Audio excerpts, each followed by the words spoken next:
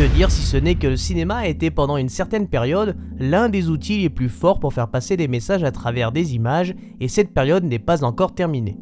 Le cinéma, c'est surtout le moyen d'exprimer ses pensées, d'exprimer sa colère, mais aussi de fédérer un groupe de personnes autour d'une thématique et d'une manière de penser, laissant au spectateur le choix de suivre ou de remettre en cause le message exprimé. Nous avons vu l'année dernière l'importance des comics Captain America dans la propagande de l'armée américaine, mais s'il existe bien une œuvre qui lui fait écho dans le cinéma, c'est bien le film dont nous allons parler aujourd'hui, Top Gun. Dans les années 80, les États-Unis d'Amérique fait immerger de nombreux films au goût patriotique afin de servir l'image de son propre pays. Rambo de Ted Kotcheff sort en 1982 avec la star iconique de cette époque Sylvester Stallone, incarnant John Rambo, un soldat de la guerre du Vietnam hanté par les traumatismes de guerre. Quelques années plus tard, en 1985, la seconde star de cette époque-là, Arnold Schwarzenegger, incarne un ancien soldat de la Delta Force nommé John Matrix dans le film Commando de Mark Lester. C'est dans cette période où les films servent à la fois le cinéma mais aussi leur propre pays qu'un scénario nommé Top Gun voit le jour sous la plume de Jim Cash et de Jack Epps Jr. qui, avec l'aide de Dom Simpson et Jerry Bruckheimer, à qui l'on doit la saga du flic de Beverly Hills, Bad Boys et Pirates des Caraïbes entre autres, obtiendront l'accord du Pentagone de réaliser ce film après examination du scénario pour être certain qu'il donne une belle image de l'Amérique.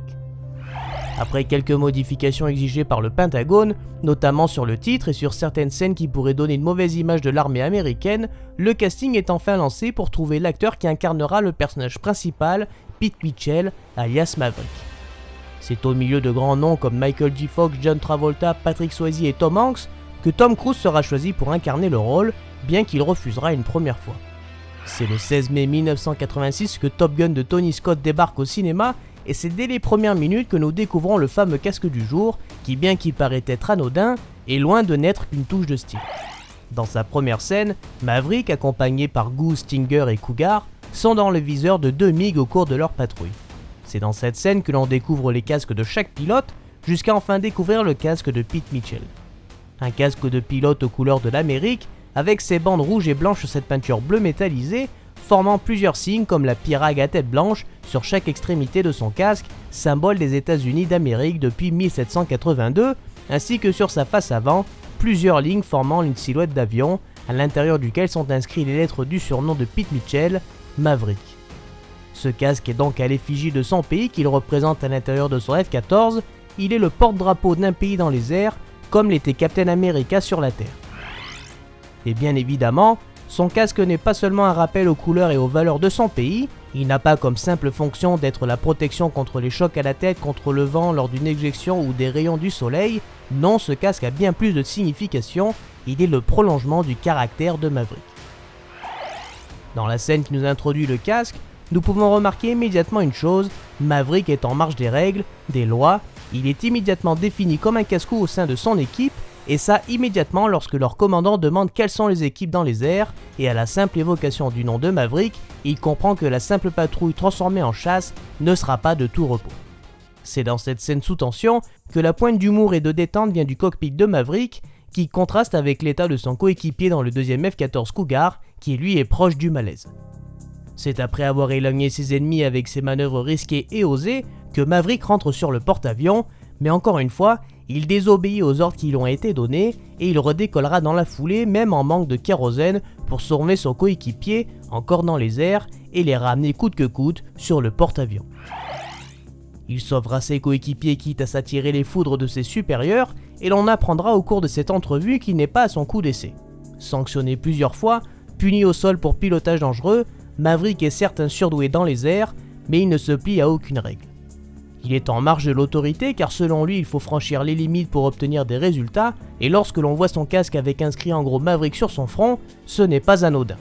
Maverick signifie la rébellion, il symbolise le non-conformisme, une personne dissidente. C'est exactement ce que Maverick est. Il est un leader qui ne va pas avoir peur de se mettre en danger pour réussir sa mission. Maverick, c'est aussi le nom associé aux chevaux aux États-Unis, mais pas n'importe lesquels, ce sont les chevaux sauvages qui s'isolent d'un groupe en prenant de la distance, sans jamais perdre de vue la ligne directrice qu'il doit suivre.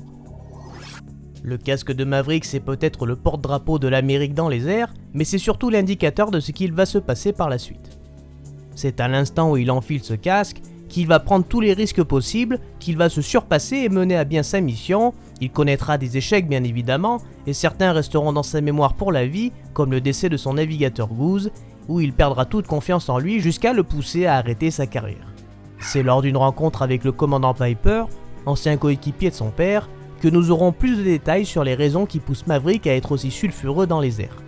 Il est tout comme son père, il veut se prouver qu'il en est capable de gravir les échelons pour être le meilleur, faire honneur à la mémoire de son père et respecter son nom qui résonne dans les couloirs du porte-avions. Son père, casse-cou lui aussi, a sauvé ses coéquipiers bien que son avion était en mauvais état et il donnera sa vie pour sauver celle des autres. Pete Mitchell doit relever ce défi d'être aussi bon que son père, voire meilleur que lui. Il sera certes un électron libre dans les airs, mais jamais il n'abandonnera ses proches et encore moins son pays. Il enfilera donc de nouveau son casque et après de longues minutes d'attente, Maverick sera de retour dans les airs pour sauver son concurrent direct à Top Gun, Iceman.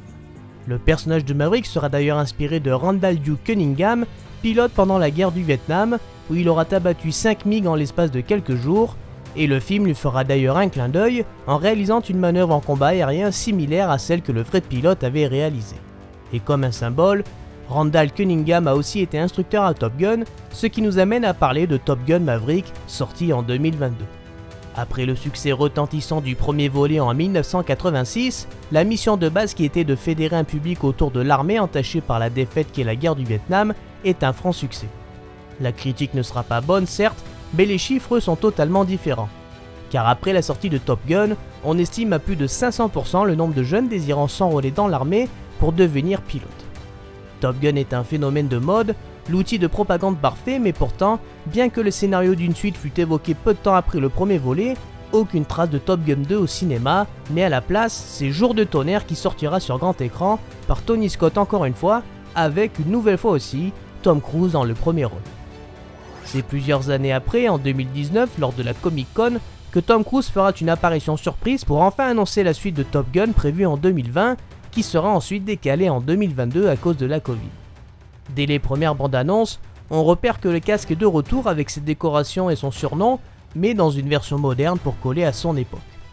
Il gardera la même fonction car après plusieurs années, Pete Mitchell, devenu instructeur pour une mission spéciale, fera parler son expérience et sa folie dans les airs afin de fédérer une toute nouvelle équipe autour de lui qui verra de ses propres yeux à quel point leur instructeur n'a peur de rien.